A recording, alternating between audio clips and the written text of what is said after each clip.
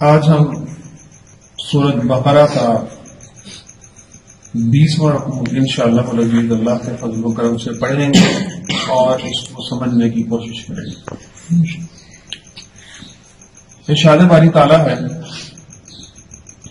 ان فی خلق السماوات والارض واختلاف اللیل والنہار والفلک التي تجری فی البحر بما ينفع الناس وما انزل الله من السماء من ماء فاحیا به الارض بعد موتها وبث فيها من كل دابة وتصريف الرياح والسحاب المسخر بين السماء والارض لآیات لقوم یعقلون.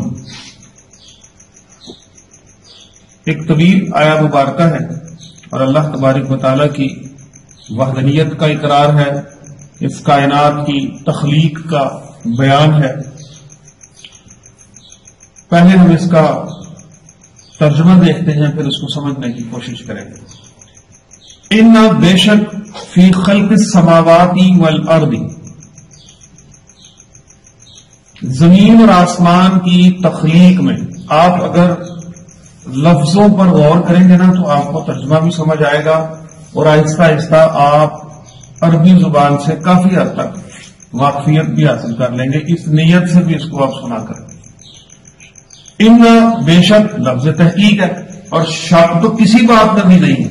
قرآن کا تو ایک ایک حرف حق اور سچ ہے اور ہمارا اس پر ایمان ہے، لیکن بعض آیات مبارکہ میں اللہ تعالیٰ نے قد، لقد، فقد، انا جیسے الفاظ استعمال کر کے اس پر مزید زور دیا اور کہا کہ تحقیق بے شک فی میں خلق السماوات والارض، زمین اور آسمان کی خلق میں، تخلیق میں، واختلاف اللیل والنہار، اور یہ جو رات اور دن کا اختلاف ہے، آنا جانا، لیل کہتے ہیں رات کو، نہار کہتے ہیں دن کو، اور دن اور رات کے اس پھیر میں والفلک التی تجری فی البحر، اور جو کشتیاں سمندر میں چلتی ہیں،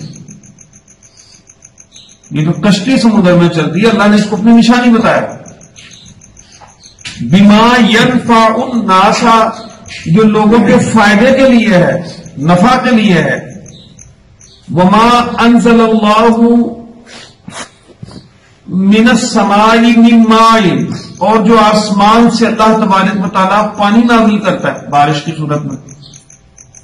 فاحیا، تو پس وہ زندہ کرتا ہے، بہ الارض، زمین کو، بعد موتها، مرنے کے بعد، یعنی مردہ زمین کو وہ زندہ کرتا ہے.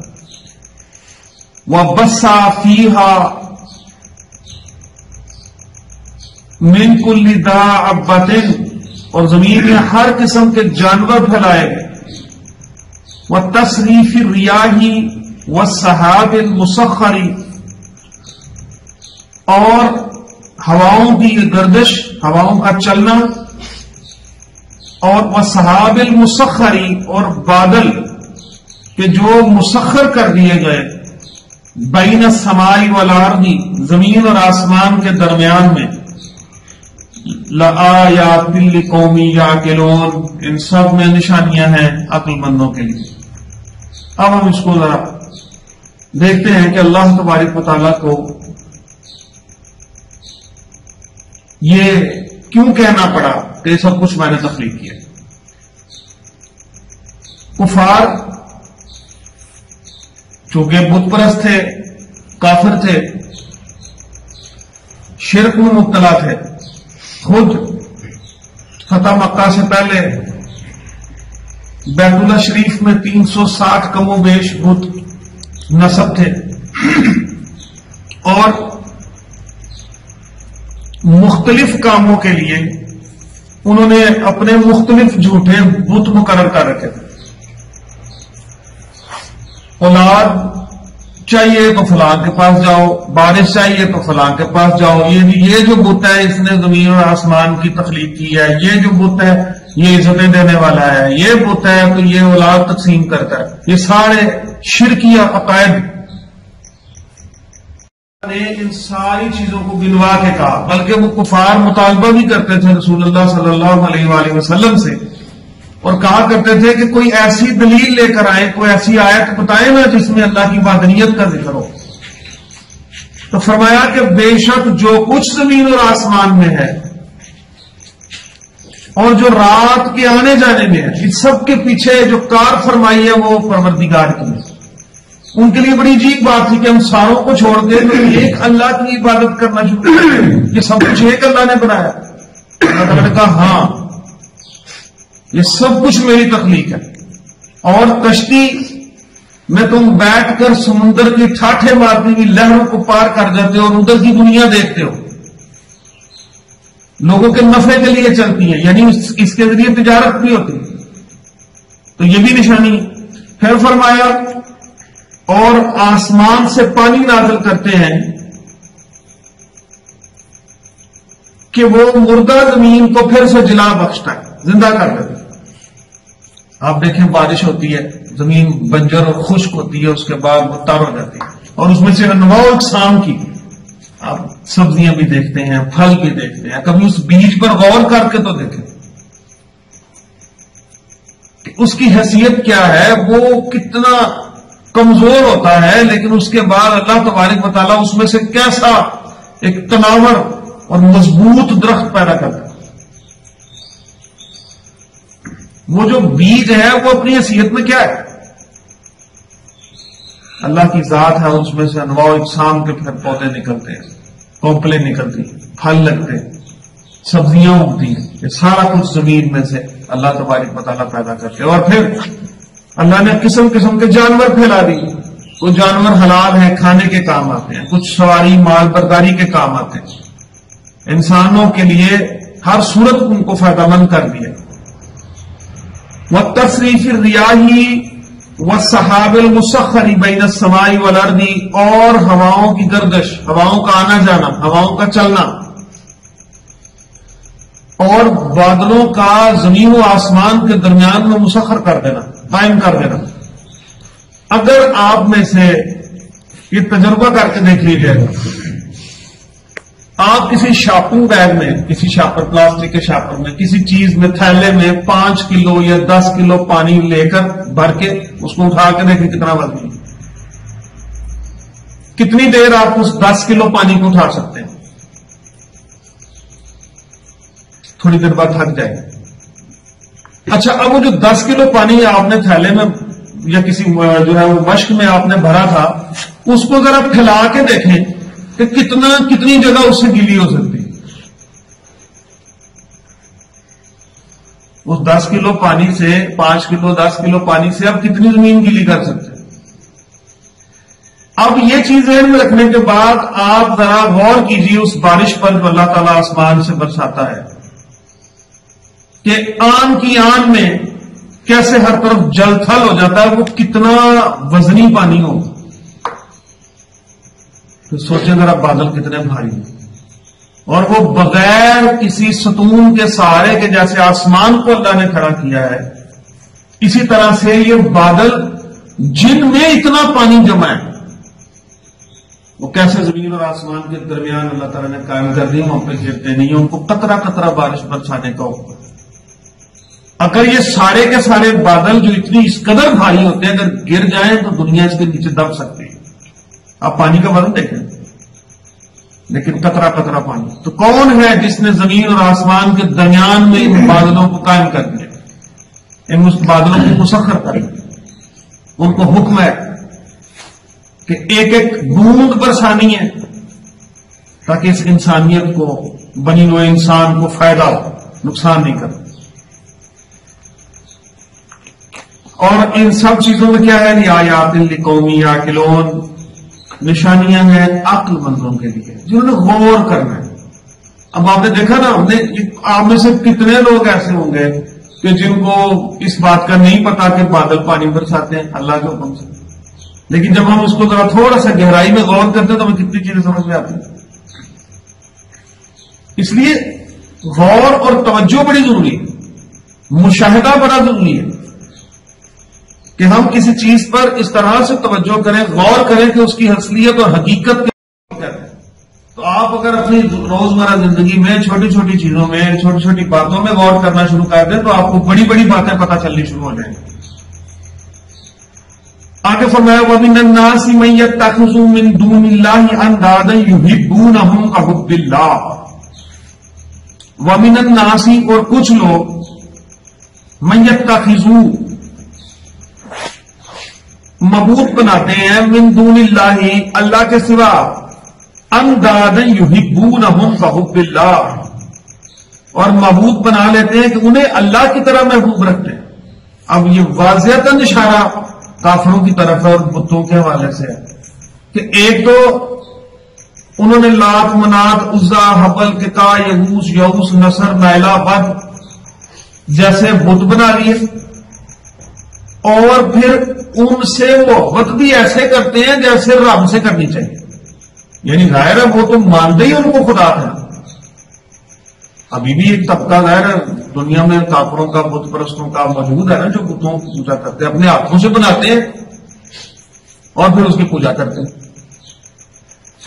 آپ اندازہ کر کے دیکھیں کہ جیسے بارش ہو جائے تو کسی کی دوڑ لگ جاتی ہے کہ وہ بھگوان باہر رہ گیا بھیگ نہ جائے فٹافٹ اس کو اندر کر، اور عقل ماری گئی کہ پوچھتے پھر اسی سے ہیں، باتیں پھر اسی کی کرتے ہیں اور مانگتے اس سے. یہی بات حضرت ابراہیم علیہ السلام نے اپنی قوم کو سمجھائی تھی بت توڑ کر. سارے بت توڑ دیے اور ایک بڑا بت چھوڑ دیا اور کلارا اس کے کندھے پر رکھ دیا. قوم آئی تو پتا تو ان کو تھا کہ ہمارے بتوں سے دشمنی کون رکھتا ہے. سب نے ابراہیم علیہ السلام سے پوچھا. آپ نے ان کو سمجھانے کی خاطر یہ بات کہی کہ پوچھو نا اس بڑے بت سے. تو فی البدی ان کے منہ سے سب کے منہ سے نکلا یہ کیسے بتا سکتا؟ تو ہاں یہی تو میں سمجھا رہا ہوں، یہی تو بتانا چاہتا ہوں کہ جو اپنی حفاظت نہیں کر سکے وہ آپ کی کیسے کریں گے. تو یہ جو لوگ بتوں کی پوجا کرتے ہیں، بتوں کو معبود مانتے ہیں اور ان کو ایسے معبود مانتے ہیں جیسے رب سے محبت کرنے کی ایسے ان سے کرتے ہیں. والذین آمنوا اشد حبا للہ اور ایمان والوں کو اللہ کے برابر کسی کی محبت نہیں ہو سکتی. والذین آمنوا جو ایمان لے کر آئے اشد حبا للہ اللہ جیسی محبت اور کہیں جو پروردگار کے ساتھ ایک مومن مسلمان کی محبت ہے، جو عقیدت احترام ہے، جو ادب ہے، فرما برداری ہے، خوف اور مایوسی کے درمیان خوف اور امید کے درمیان، یعنی اللہ کی ذات کا خوف بھی ہے اور اللہ سے بخشش کی امید بھی ہے، اسی کے درمیان میں مومن کی زندگی گزرتی. وہ کسی سے بھی ایسی محبت نہیں کر سکتا جیسی وہ خالق سے کرتا ہے، جیسی وہ اپنے مالک اور رازق سے کرتا ہے وہ اللہ سے کرتا ہے. یہ فرق ہے کافر میں اور مومن میں، یہ فرق ہے. مومن صرف اپنے پروردگار سے اپنے رب سے محبت کرے گا اور کافر جو ہے اس کی محبتیں جھوٹے خداؤں میں بتوں میں تقسیم ہوئی ہیں. وَلَوْ يَرَى الَّذِينَ ظَلَمُوا إِذْ يَرَوْنَ الْعَذَابَ أَنَّ الْقُوَّةَ لِلَّهِ جَمِيعًا. اور کیسی ہو اگر دیکھیں ظالم وہ وقت کہ جب کہ عذاب ان کی آنکھوں کے سامنے آئے گا.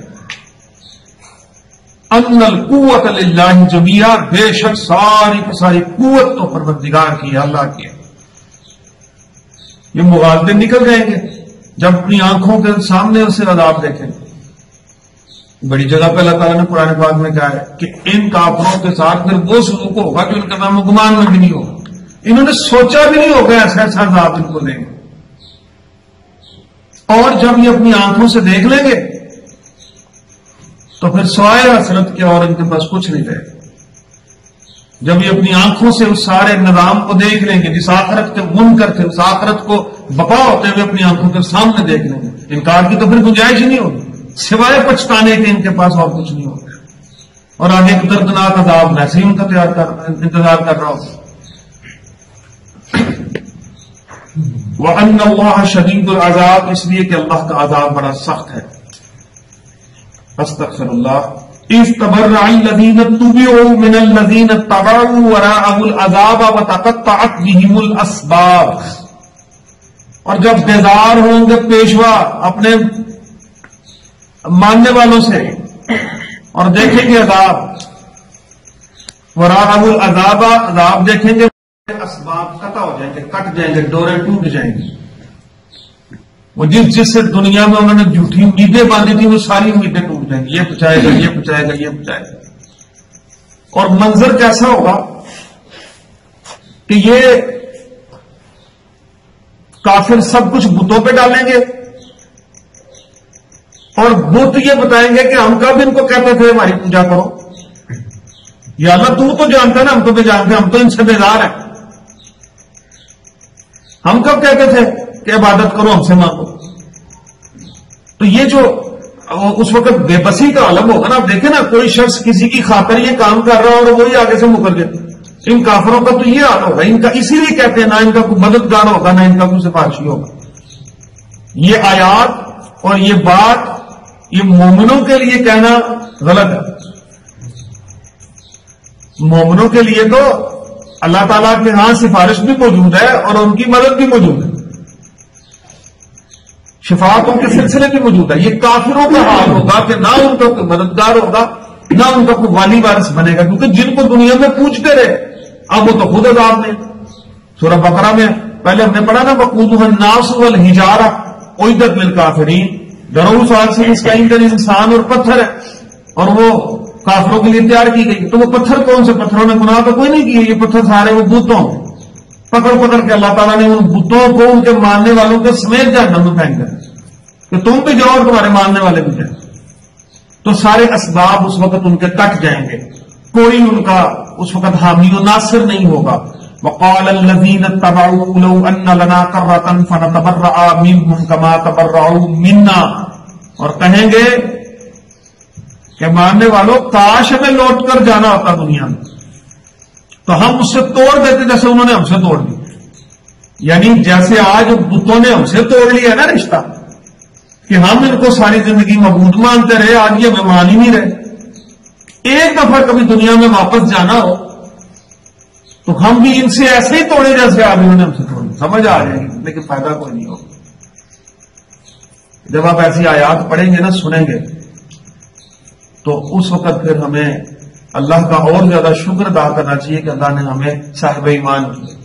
اللہ تبارک و تعالیٰ نے ہمیں اسلام کی دولت سے سرفراز فرمایا ہے اور کتنی بڑی نعمت اللہ نے دین کے حوالے سے، اسلام کے حوالے سے ہمیں عطا فرما دی. کیا حال ہوگا ایسے لوگ جنہوں نے ساری زندگی کفر پر گزار دینی اور کافر ہی مر جائیں. تو کہا کہ ہم بھی ایسے ہی توڑ دیں گے. حسرت، بہت بڑی حسرت، بہت بڑا پچھتاوا. روایات میں آتا ہے کہ اللہ تعالیٰ نے ان کافروں کو جنت کے نظارے دکھانے ہیں اور پتہ کیا کہنا، اگر مان کے آتے نا تو یہ ٹھکانا تھا تمہارا. اب آپ دیکھیں ذرا حسرت اور زیادہ بڑھ. ایک تو نا چیز دیکھی نہیں، ہم نے سنی تھی، پتہ نہیں کیسی ہوگی، ہے بھی ہے کہ نعمتیں کیسی ہیں. کافروں کو جنت کے نظارے دکھا کر تو رب رحیم نے ان کو پھر یہ کہنا ہے کہ یہ تھا تمہارا ٹھکانہ اگر تم میری مان کر آتے. اسی طرح اللہ تعالیٰ نے جنتیوں کو دوزخ کا نظارہ بھی کرانا ہے. مجھے نانا مان کے آتے تو یہ ادھر ہو نا، میری نعمتوں میں ہو، میرے فضل میں ہو. نانا مان کے آتے تو یہ ٹھکانا تھا. اور زیادہ خوش ہو جائے گا مومن، اور زیادہ خوش ہوگا. اسے ایک جنت کے ملنے کی خوشی ہوگی، ایک جہنم سے چھٹکارے کا اس کو لطف آ رہا ہوگا، وہ خوشی راحت اور نصیب ہو رہی ہوگی. اور دوسری طرف کفار کو ایک ویسے جہنم کا خوف ہوگا اور دوسرا جنت دیکھ کے اور زیادہ حسرت اور پچھتاوا بڑھ جائے. تو دوہرا عذاب ان کے اوپر جو ہے وہ اس طرح سے طاری ہوگا. كذلك يريهم الله أعمالهم حسرات عليهم. اور یوں ہی اللہ انہیں دکھائے گا ان کے کام ان پر حسرتیں ہو کر. یہ بات تو پکا تھا، حسرتیں بنا بنا کر اللہ تعالیٰ پھر ان کے جو کام ہیں، ان کے جو اعمال ہیں وہ ان کو دکھائے گا. اور وما هم بخارجین من النار. اور وہ دوزخ سے نکلنے والے نہیں، دوزخ سے خارج نہیں ہوں، نار سے پھر ان کو نکالا نہیں جائے گا. کیونکہ کافر جو ہوگا پھر ہمیشہ ہم فیہا خالدون، اس میں ہمیشہ رہنے والے ہیں. ان کو کسی صورت میں یہ بات بھی کیوں کی؟ اس لیے کی کہ خدا نہ خواستہ اگر کوئی مومن مسلمان اپنی بداعمالیوں کی وجہ سے جہنم میں چلا بھی گیا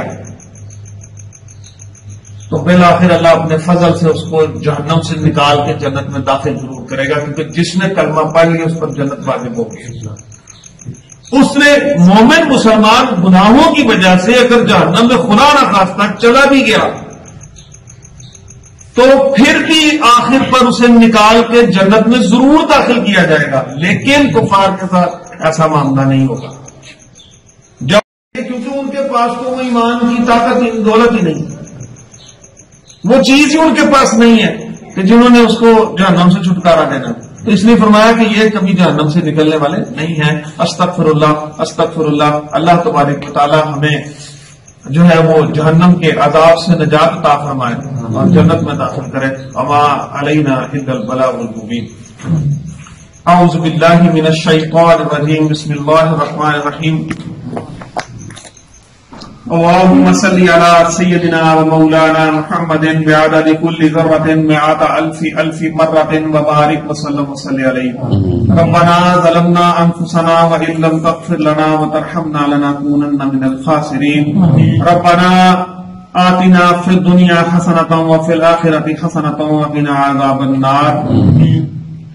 رب ارحمهما كما ربياني صغيرا، رب ارحمهما كما ربياني صغيرا، رب ارحمهما كما ربياني صغيرا، رب اغفر وارحم وانت خير الراحمين، رب اغفر وارحم وانت خير الراحمين، رب اغفر وارحم وانت خير الراحمين۔ الہ العالمین، یا اللہ ماہ رمضان کا صدقہ پروردگار ہم سب پر اپنا خاص فضل و کرم نازل فرما۔ الہ العالمین، ہمارے تمام فوت شدگان کی بخشش و مغفرت فرما۔ یا اللہ پروردگار، اس ماہ مبارک کا صدقہ ہے ہمارے جتنے اعزاء و اقربا، جتنے دوست احباب، جاننے والے نبی پاک صلی اللہ علیہ وآلہ وسلم کے امتی، الہ العالمین حضرت آدم علیہ السلام سے لے کر اب تک جتنے لوگ حالت ایمان میں دنیا سے چلے گئے، پروردگار ہم بخشش کا سوال کرتے ہیں، پروردگار ان کی کامل بخشش و مغفرت فرما۔ یا اللہ اس ماہ رمضان کا صدقہ ہم سب کی بھی بخشش فرما۔ یا اللہ ہمیں اپنے نیک برگزیدہ بندوں میں شامل فرما۔ یا اللہ ہمارے تمام صغیرہ کبیرہ گناہوں کو معاف فرما۔ یا اللہ ہم نے جو ارادتاً گناہ کیے اور جو غیر ارادی طور پر ہم سے گناہ ہو گئے، پروردگار جو گناہ ہم یاد کرتے ہیں اور پچھتاتے ہیں، اور وہ گناہ جو کر کے ہم بھول چکے ہیں ہمیں یاد نہیں ہے، یا اللہ ہم سب سے توبہ کرتے ہیں، ہمیں معاف فرما۔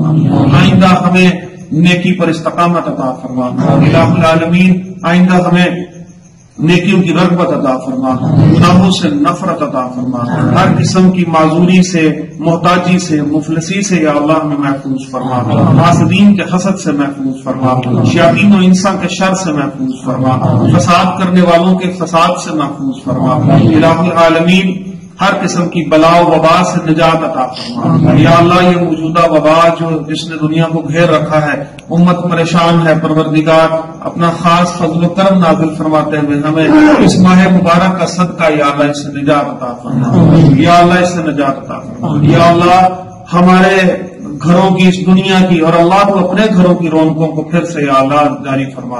یا اللہ پھر سے مسجدوں کی رونقوں کو پھر سے دوبالا فرما۔ یا اللہ پروردگار ہر قسم کے فتنے فساد سے محفوظ فرما۔ یا اللہ اب تک جتنے لوگ اس بیماری کی وجہ سے حالت ایمان میں جتنے لوگ اس دنیا سے چلے گئے ان کی بخشش فرما۔ یا اللہ جو بیمار ہیں گھروں میں، ہسپتالوں میں اس بیماری سے یا کسی بھی طرح کی بیماری سے وہ زخمی ہیں، یا اللہ پروردگار ان کو صحت کاملہ عطا فرما۔